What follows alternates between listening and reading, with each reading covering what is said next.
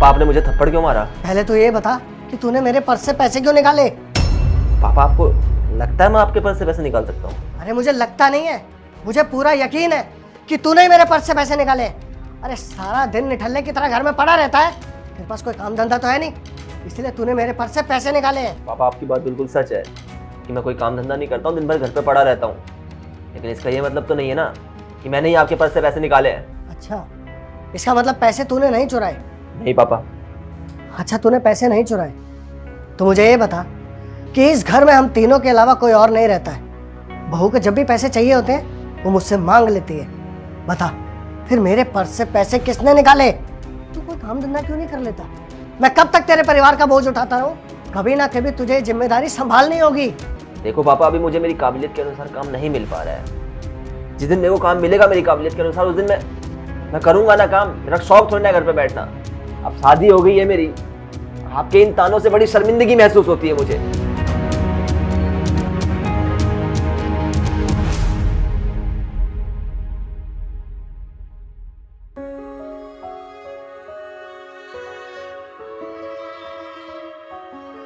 शेखर, तुमने पापा के पैसे क्यों चुराए? क्या तुम्हें भी लगता है कि मैंने पैसे चुराए हैं? हाँ शेखर, मुझे लगता है, क्योंकि मैंने तुम्हारी आंखों में वो शर्म देखी थी कि तुमने पैसे चुराए हैं। अब बताओ, तुमने क्यों चुराए पैसे? हाँ, चुराए मैंने पैसे, लेकिन मैं करता भी तो क्या करता।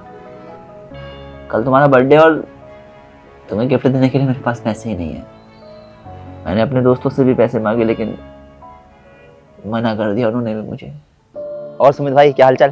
मैं बढ़िया हूँ शेखर, तू सुना कैसा है? हाँ बस बढ़िया भाई। वो दरअसल बात है ना भाई, मुझे कुछ पैसे चाहिए थे उधार। तो मुझे दे सकता है क्या? मैं तेरे को बाद में लौटा दूंगा। अबे तू पागल वागल है क्या? तेरे को पैसे देने का मतलब है पैसे देकर भूल जाओ। तू काम धंधा तो करता नहीं है, मेरे पैसे कहाँ से देगा? मैं तेरे को कोई पैसे नहीं दे सकता, समझा? अरे शेखर, कैसा तू? बस बढ़िया भाई। अरे तू बाहर क्यों खड़ा है? अंदर आना। एक मिनट, कहीं तू पैसे मांगने तो नहीं आया? थोड़ा पीछे हो ना।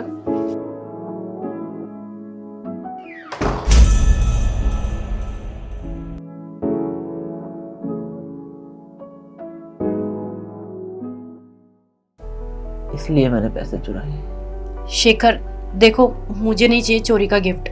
जब तुम्हारे पास पैसे नहीं थे तो क्या जरूरत थी ऐसे पैसे चुरा के गिफ्ट खरीदने की? इससे बढ़िया तो तुम मुझे गिफ्ट ना ही देते। तुम अभी के अभी जाओ और वो सारे पैसे पापा को दे दो और उनसे माफी मांगो। जाओ। ठीक है, मैं पापा को पैसे दे दूंगा। शेखर, क्या कर रहे हो? कहाँ लेके जा रहे हो? अरे रुक तो जाओ तुम जरा। Happy birthday to you, happy birthday to you, happy birthday to you dear Sheetal, happy birthday to you. Thank you so much Shekhar, लेकिन तुम्हारे पास इतने सारे पैसे कहाँ से आए? शीतल, जो मैंने पापा के पैसे चुराए थे उन पैसों से मैंने अरेंजमेंट की है। लेकिन तुम चिंता ना करो, पापा के पैसे तो मैं उन्हें लौटाऊंगा और खुद की मेहनत से कमा के वो पैसे लौटाऊंगा। अभी जब चोरी मैंने कर ही ली है तो फिर मैं ये नहीं चाहता था कि तुम्हारा जो स्पेशल डे है वो खराब हो। तुम्हारा जन्मदिन मैं अच्छे से मनाना चाहता था। बाकी वादा है मेरा तुमसे कि पापा के पैसे मैं पापा को जरूर लौटाऊंगा। प्लीज मेरी तरफ से छोटा सा सरप्राइज एक्सेप्ट करो। कोई बात नहीं शेखर, मुझे अच्छा लगा कि तुम्हें अपनी गलती का एहसास है। और हाँ, तुम पापा को पैसे वापस कर रहे हो, है ना? और मैं तुम्हारा ये सरप्राइज देखकर सच में बहुत खुश हुई हूँ। चलो आओ, केक कट करते हैं।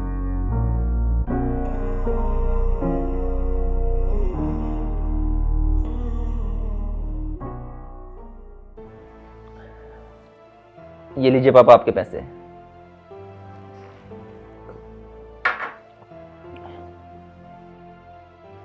और पापा, आज के बाद मैं कभी ये काम नहीं करूंगा। उस दिन के लिए मैं आपसे हाथ जोड़ के माफी मांगता हूँ। अब से मैं जब भी पैसे कमाऊंगा अपनी मेहनत से ही कमाऊंगा। ये पैसे तू ही रख बेटा। मैं आखिर कमा किसके ले रहा हूँ? तुम सबके लिए ही तो। और तुझे मैंने इसलिए उस दिन ऐसा बोला था ताकि तुझे समझ आ सके। और अब तो मेरा बेटा समझदार हो गया। आखिर तुझे इतनी समझदारी आई कैसे? ये सब कुछ आपकी बहू की वजह से हुआ है पापा।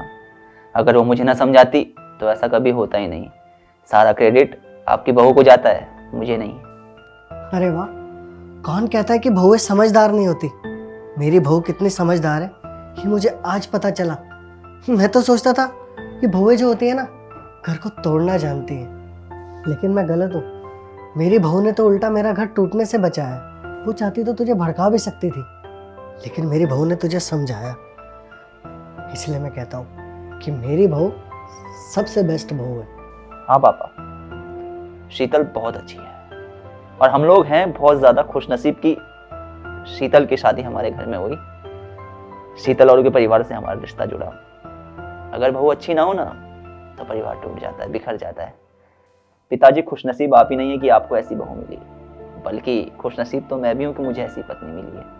क्योंकि कई बार क्या होता है ना, जब पत्नी अच्छी नहीं होती तो पति बेचारा फंस जाता है कि वो किसकी साइड ले, माँ बाप की साइड ले या फिर अपनी बीवी की साइड ले। लेकिन समझदार पत्नी होने का यही फायदा है कि पति कभी फंसता नहीं है, बल्कि उसकी पत्नी तो उसे हर मुसीबत से बाहर निकाल देती है। और पापा, उस दिन के लिए एक बार फिर से सॉरी। आज के बाद मैं कभी वैसा काम नहीं करूँगा। अरे कोई बात नहीं सॉरी की। अब क्या बार बार सॉरी मांगता रहेगा क्या? नमस्ते। अच्छा सुन, अभी तुझे कल से गार्ड की नौकरी करने की जरूरत नहीं है। जब तक तुझे तेरी पसंद की नौकरी नहीं मिल जाती ना, तब तक तू घर पे बैठ। घर का खर्चा मैं चलाऊंगा ना। अरे इतना पढ़े लिखे होने के बाद भी मेरा बेटा ऐसे सिक्योरिटी गार्ड की नौकरी करे, ये मुझे बिल्कुल अच्छा नहीं लगता। मैं ना तुझे। ठीक है पापा, जैसा आप कहोगे वैसा ही होगा।